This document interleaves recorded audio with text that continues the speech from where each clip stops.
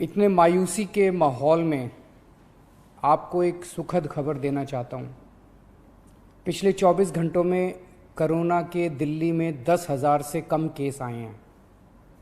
पिछले 24 घंटों में लगभग 8,500 केस आए हैं दिल्ली में। पिछले कई दिनों से दिल्ली में बहुत ज़्यादा केस आ रहे थे। 20 अप्रैल को तो 28,000 से भी ज़्यादा केस आए थे। आज 8,500 केस आए हैं। कई दिनों में पहली बार 10,000 के नीचे केस आए हैं। दिल्ली में संक्रमण दर भी काफ़ी कम हो गई है। पिछले 24 घंटों में संक्रमण दर केवल 12% रह गई है। संक्रमण दर का मतलब अगर हम 100 लोगों का टेस्ट करते हैं तो उसमें कितने लोगों को कोरोना मिलता है। ज़्यादा संक्रमण दर का मतलब होता है कि कोरोना बहुत ज़्यादा फैला हुआ है। आज ये संक्रमण दर केवल 12% आई है। 22 अप्रैल को ये 36% तक पहुंच गई थी दिल्ली में संक्रमण दर। इसका मतलब दिल्ली में अब काफ़ी कम लोग बीमार पड़ रहे हैं। अस्पतालों में भर्ती लोगों की संख्या भी अब काफ़ी कम हो गई है। पिछले 10 दिनों में दिल्ली के अस्पतालों में कोरोना के 3,000 से ज़्यादा मरीज कम हो गए हैं। यहाँ कि 3,000 बेड खाली हो गए हैं और अब अस्पतालों में बेड मिलने में परेशानी नहीं हो रही है। हालांकि एक बात देखने में आई है कि आईसीयू के बेड अभी भी भरे हुए हैं।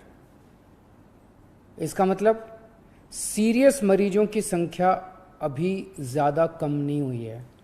अभी भी दिल्ली के अस्पतालों में आईसीयू बेड लगभग सारे भरे हुए हैं।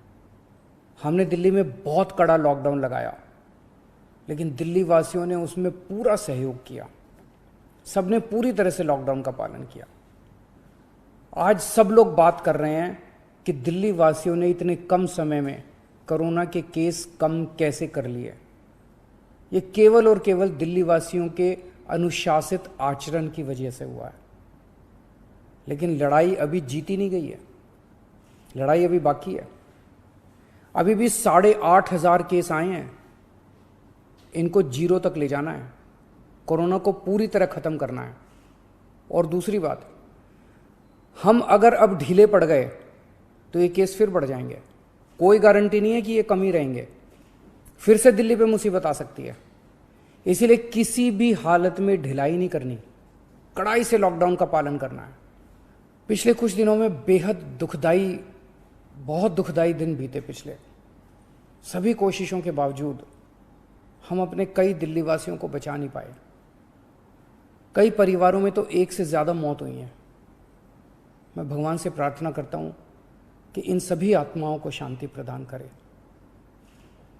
मैं ऐसे कई बच्चों को जानता हूँ जिनके दोनों माता पिता चल बसे। अब उनका इस दुनिया में कोई नहीं है। मैं ऐसे सभी बच्चों को कहना चाहता हूँ कि उनके दुख को मैं समझता हूँ, पर आप चिंता मत करना बच्चों। आप अपने आप को अनाथ मत समझना। मैं हूं ना। किसी भी बच्चे की पढ़ाई बीच में छूटने नहीं देंगे। हर बच्चे की पढ़ाई जारी रहेगी। हर बच्चे की पढ़ाई और उन बच्चों की परवरिश का खर्चा सरकार उठाएगी। ऐसे कई बुजुर्ग हैं जिनके जवान बच्चे थे, वो कमाते थे तब उनका घर चलता था। अब वो कमाने वाले बच्चे नहीं रहे। ऐसे सभी बुजुर्गों को मैं कहना चाहता हूं कि आपके बच्चे चले गए। इस बात का मुझे बेहद अफसोस है, लेकिन आप चिंता मत करना।